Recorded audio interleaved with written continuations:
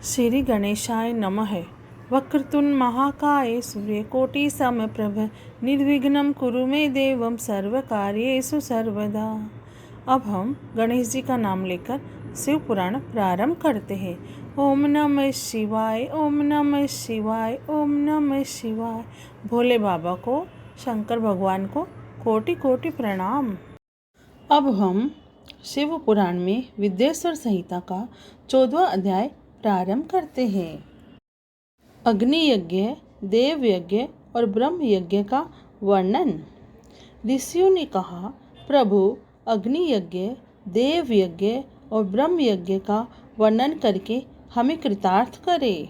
सूत जी बोले, महर्षियों, गृहस्थ पुरुषों के लिए प्रातः और सायंकाल अग्नि में 2 चावल और द्रव्य की आहुति ही अग्नि यज्ञ है। ब्रह्मचारियों के लिए समिधा का देना ही अग्नि यज्ञ है, अर्थात अग्नि में सामग्री की आहुति देना उनके लिए अग्नि यज्ञ है।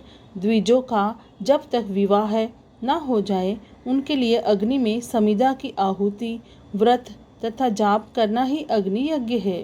द्विजों, जिसने अग्नि को विसर्जित कर उसे अपनी आत्मा में स्थापित कर लिया है, ऐसे वानप्रस्थियों और सन्यासियों के लिए यही अग्नि यज्ञ है कि वे समय पर हितकर और पवित्र अन्न का भोजन कर ले। ब्राह्मणों, सायंकाल अग्नि के लिए दी आहुति से संपत्ति की प्राप्ति होती है तथा प्रातःकाल सूर्यदेव को दी आहुति से आयु की वृद्धि होती है। दिन में अग्निदेव सूर्य में प्रविष्ट हो जाते हैं, अतः प्रातःकाल सूर्य को दी आहुति अग्नि यज्ञ के समान ही होती है। इंद्र आदि समस्त देवताओं को प्राप्त करने के उद्देश्य से जो आहुति अग्नि में दी जाती है वह देव यज्ञ कहलाती है।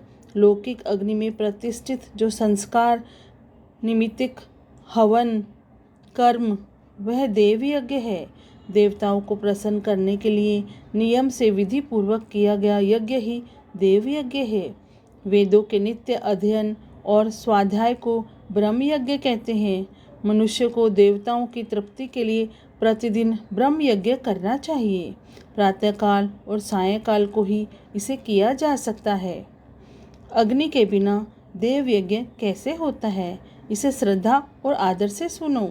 सृष्टि के आरंभ में सर्वज्ञ और सर्वसमर्थ महादेव शिवजी ने समस्त लोकों के उपकार के लिए वारों की कल्पना की। भगवान शिव संसार रूपी रोगों को दूर करने के लिए वैद्य है, सबके ज्ञाता तथा समस्त औषधियों के औषध है। भगवान शिव ने सबसे पहले अपने वार की रचना की जो आरोग्य प्रदान करने वाला है।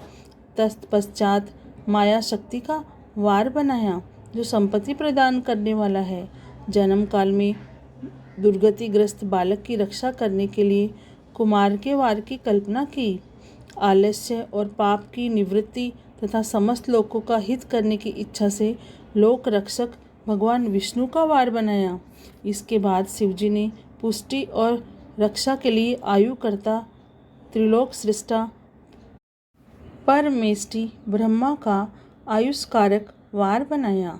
तीनों लोकों की वृद्धि के लिए पहले पुण्य पाप की रचना होने पर लोगों को शुभाशुभ फल देने वाले इंद्र और यम के वारों का निर्माण किया।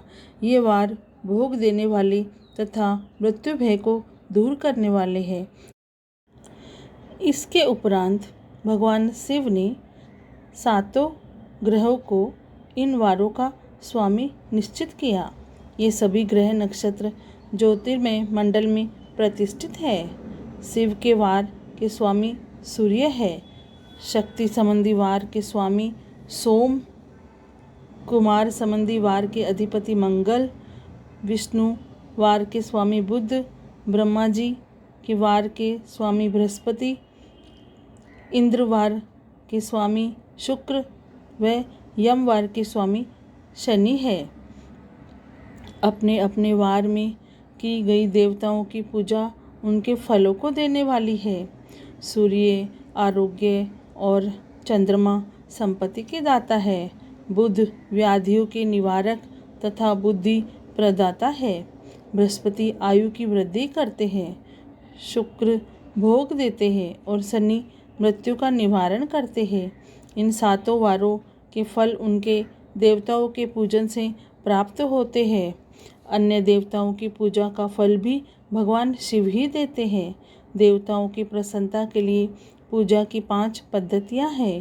पहले उन देवताओं के मंत्रों का जाप, दूसरा होम, तीसरा दान, चौथा तप तथा 5वां वेदी पर प्रतिमा में अग्नि अथवा ब्राह्मण के शरीर में विशिष्ट देव की भावना करके 16 उपचारों से पूजा तथा आराधना करना। दोनों नेत्रों तथा मस्तक के रोग में और कुष्ठ रोग की शांति के लिए भगवान सूर्य की पूजा करके ब्राह्मणों को भोजन कराएं। इससे यदि प्रबल प्रारब्ध का निर्माण हो जाए तो जरा एवं रोगों का नाश हो जाता है। इष्ट देव के नाम मंत्रों का जाप वार के अनुसार फल देते हैं। रविवार को सूर्य देव व अन्य देवताओं के लिए तथा अन्य ब्राह्मणों के लिए विशिष्ट वस्तु अर्पित करें।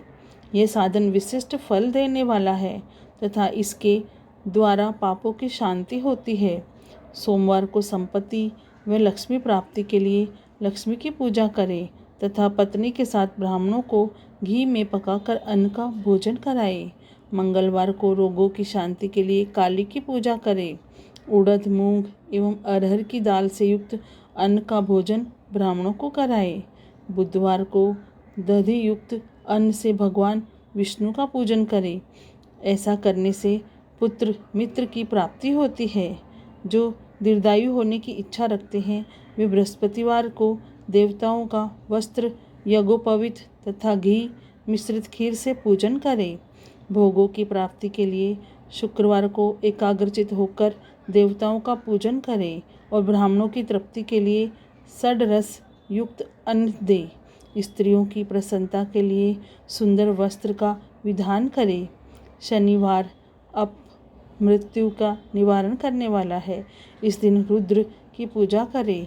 तिल के होम व दान से देवताओं को संतुष्ट करके ब्राह्मणों को तिल मिश्रित भोजन कराएं। इस तरह से देवताओं की पूजा करने से आरोग्य एवं उत्तम फल की प्राप्ति होगी।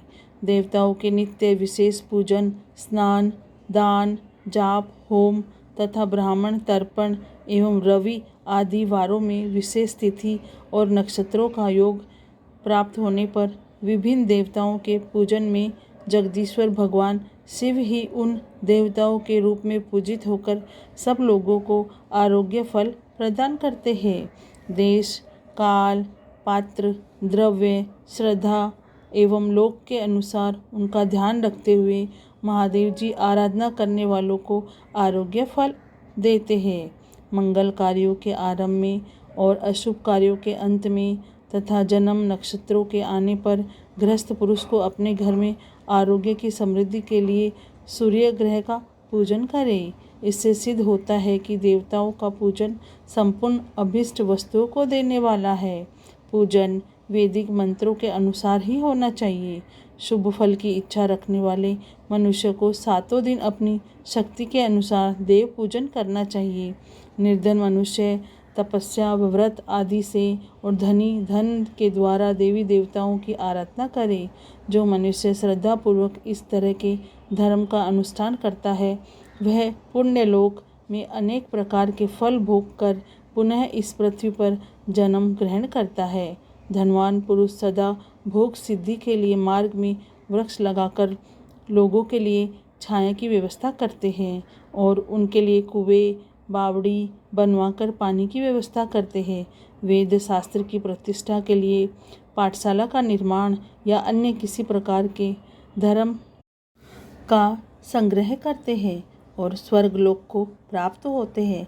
समय अनुसार पुण्य कर्मों में परिपाक से अंतःकरण शुद्ध होने पर ज्ञान की सिद्धि होती है।